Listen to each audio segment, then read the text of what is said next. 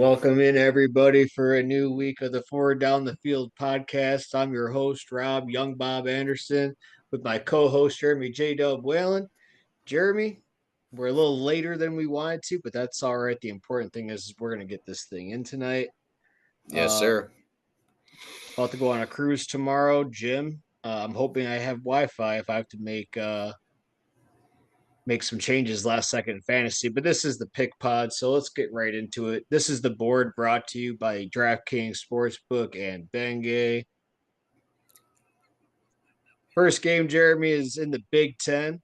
Yes. Nebraska at Indiana. This game is interesting to me. Indiana minus 6.5. Over under is 49.5. Both are surprisingly, I think, 5-1 for Nebraska and 6-0 for Indiana right now. The winner of this game is going to be sitting pretty good, going towards October, or I'm sorry, November here. They've both been impressive. Um, I'm going to go with Nebraska getting 6.5, though. I don't think Indiana's played a decent defense really yet, and I think Nebraska is going to come out and make this a pretty good game for 4 quarters. So I'm going to take. I think they're both pretty good. I'm equally good. So give me the 6.5. I'll take Nebraska. Yeah, Rob, I'm going to agree with you there. I think Nebraska is going to cover. Indiana has not played the strongest Big Ten schedule. They played UCLA last week and they sucked, or maybe it was the week before. So they've gotten kind of fortunate with their just luck of the draw in the Big Ten. They got some of the weaker opponents. So and I like Rayola, Nebraska's Yeah, QB as well.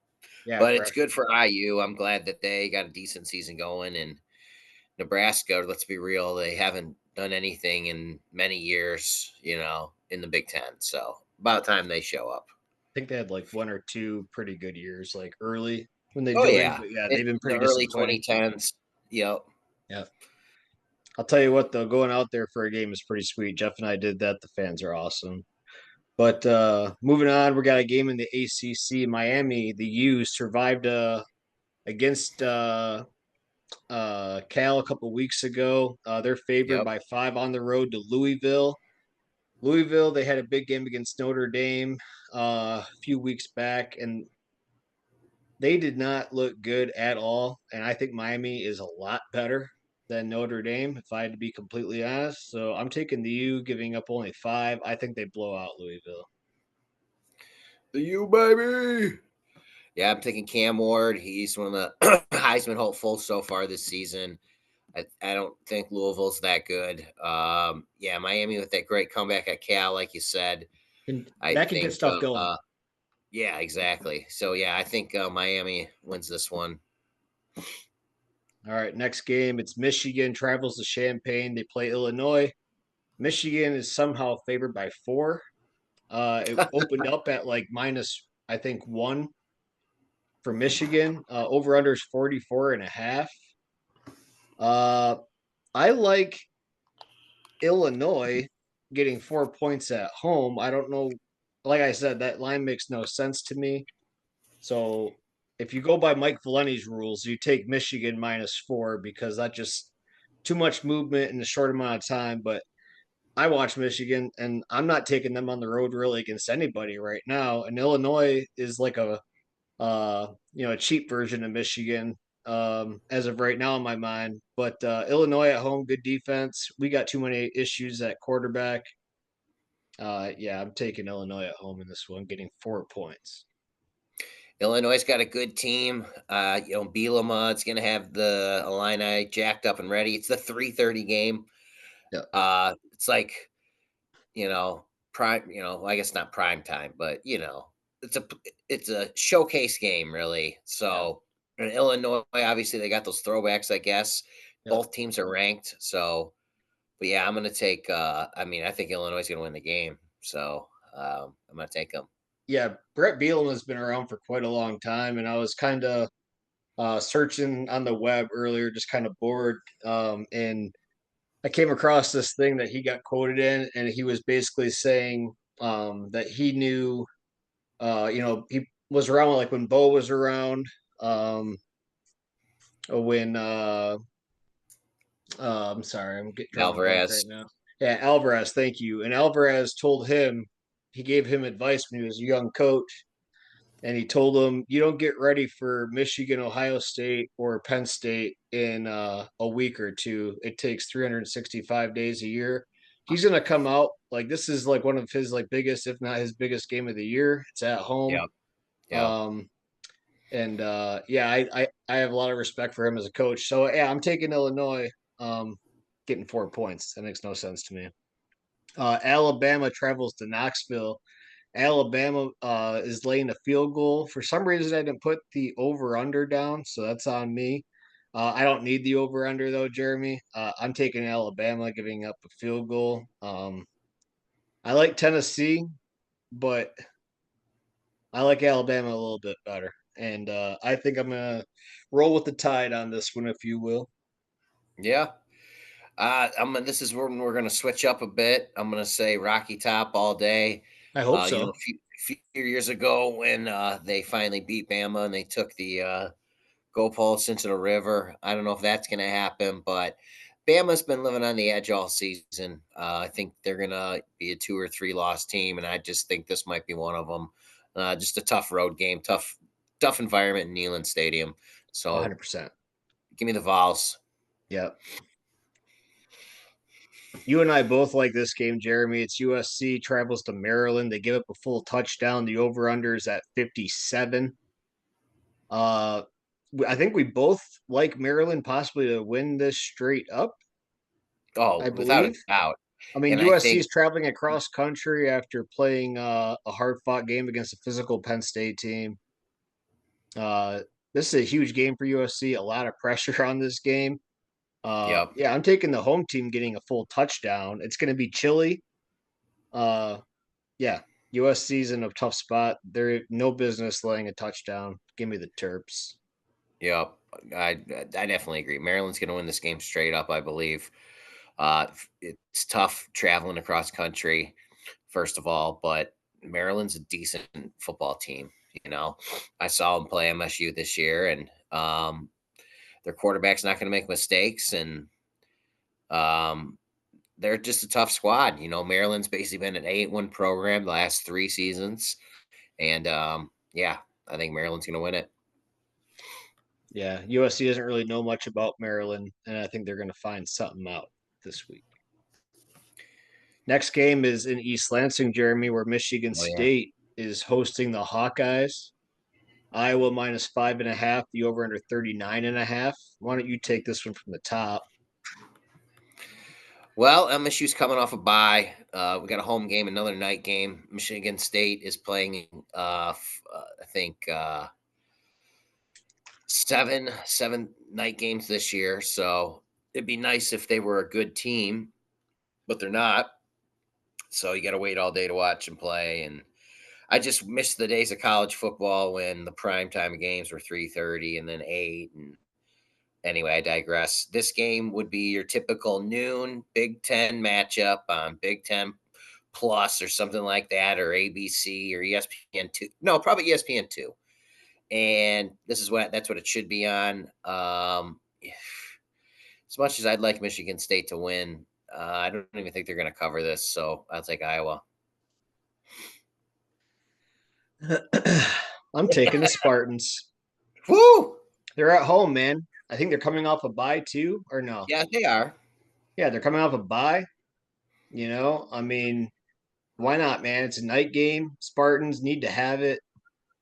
Iowa has been good, but they're due for a letdown spot. Devil's Yeah, number is 5.5, according to Mike Valeni. Some of you guys know that, if not the majority of you.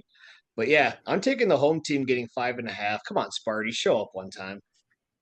I agree They that got they Michigan. should, but They got Michigan. Childs They got is a Michigan turnover next week, though. machine. Possible look I ahead. hope Possibly look it ahead. could. It's tough this year. It's a roller coaster ride. You know, he's a pretty good quarterback, but they have a ton of turnovers as a team. They commit penalties, and Iowa typically is a sound football team. You know, they're a sound football program. Um, yeah. I mean, I hope Sparty keeps it close, but you never know. Pick six to end the game would foil any spread. All right, and that takes us to the matchup of the weekend. Georgia, the Bulldogs, travel to Austin to take on Texas. Texas -5, over under 56.5. Jeremy, take this one. What do you think? This is a I big think game.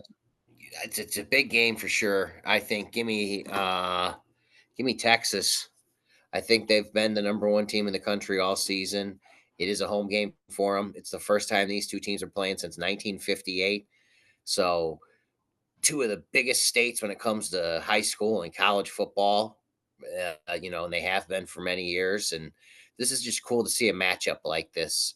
But I like Texas. I think they're the number one team. And I think when it's all said and done, I mean, the college football playoffs going to be interesting, but I think they'll be like the one seed. So that's my take. So I think they're going to win this. I also like Texas as a football team. I think they're going to be right there come semis and national championship. I think on paper and eye test so far, they're head and shoulders the best team as of right now. But I'm taking Georgia. Not so fast, my I'm friend. taking Georgia getting 5 points on the road. Everyone's written them off because they had a horrible start to the game against Alabama. And then last week they didn't look too good when they played um was it Mississippi State? It doesn't matter. It could have been South Carolina. I don't even care who it was. I know that they won by 10. They were probably looking towards this game because they know Absolutely. that they've already lost to Alabama. They came back in that second half. They made it interesting. I mean, they could have won at one point. Even as bad as that first quarter was against Alabama on the road, they were right there to win it at the end. I'm taking the Bulldogs. I think 5 point. They were favored for I think 49 straight games before this game. Um, yeah, I think they're gonna wake up. I think they're gonna come to play. I don't know if they're gonna win, Jeremy, but 5 points. I'm gonna take the Bulldogs. All right. All right, we move to the NFL, Jeremy. Let's just get right into it.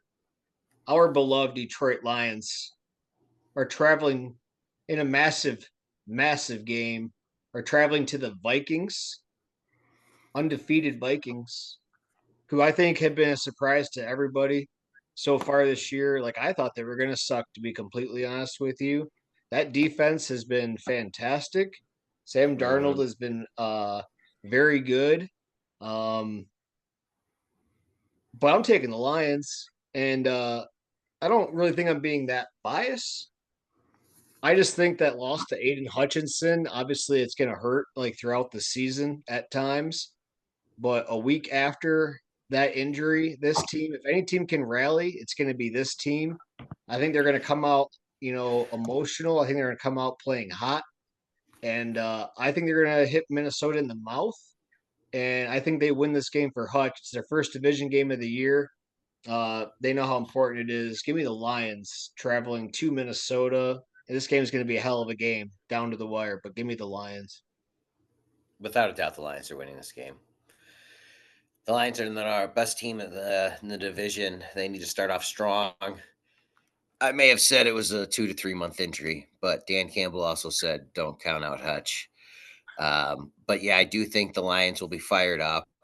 And let's be real, right now, Montgomery is the best running back in football in terms of he's a boss and Goff's been on fire. What was the? I don't know if you saw this, but he's completed 18 passes in every win. The only game was that Tampa game where he threw 49 passes or something ridiculous. I know But he's anyway, he's been tearing it up. uh, give me the Lions, baby. Let's go. Let's go. Seriously, let's go. This is a huge game. I'll be on the ship. They better be having it on TV. This is another great game in the 1 o'clock window, Jeremy. The Packers are hosting the Texans. Packers -3, over under 47.5. I am taking the Packers. I think they're starting to get things going. The NFC North is outside of there was a division game. I think did the Packers play the Bears already this year? No, I don't Or think so. I don't know if there's or the been a division. Vikings did the Vikings beat somebody? I thought there was only one division game. It doesn't matter, whatever. The NFC North as like accumulated record is outstanding. It's by far, obviously, at this point, the best division in football. I have a lot of respect for CJ Stroud and the Texans. They're actually my preseason pick to come out of the AFC to get to the Super Bowl, where I had them ultimately losing to the Lions. I have a lot of respect for them, but right now I think the Packers have some stuff going on right now. Um, unfortunately, I don't want to say it, but I think the Packers do win this game. So give me the Packers. I'll lay the field goal. So yeah, in the division, the Vikings did beat the Packers earlier this Okay, year. yeah. So like if you take so the Vikings are 5-0, we're 4-1, and then we got two 4-2 teams. So 8-4, 12-3, 18-3 as a record. There's only been two games so far in the whole division where somebody lost to a non-division opponent. That's absolutely insane. That's a 17-2 number if my math is correct. The NFC North is for real. So give me the Packers. It's hard to pick against any of them, I think, when they play at home, especially when the line is close to a field goal. So Yep. All I gotta say is go Pack go. is that the first time you've ever said that? Yeah, probably. But you said it all, and yeah, I think they're gonna win that game and cover. All right, another NFC game that might have playoff implications come late December into January. It's the Seahawks. They're traveling to the Falcons. Line is Atlanta -3. Over under is 51. The Seahawks just coming off a bye week. Um, Falcons. Kirk Cousins. So far, that offense has been rolling. Uh, Bijan needs to get it going.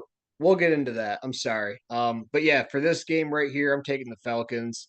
I think Falcons at home. I'm not really too high on Seattle right now, especially in their defense. I think they have like two or three secondary players out for Seattle for this game. So I think the Falcons are at home. Only laying a field goal is the way to go. So give me the birds.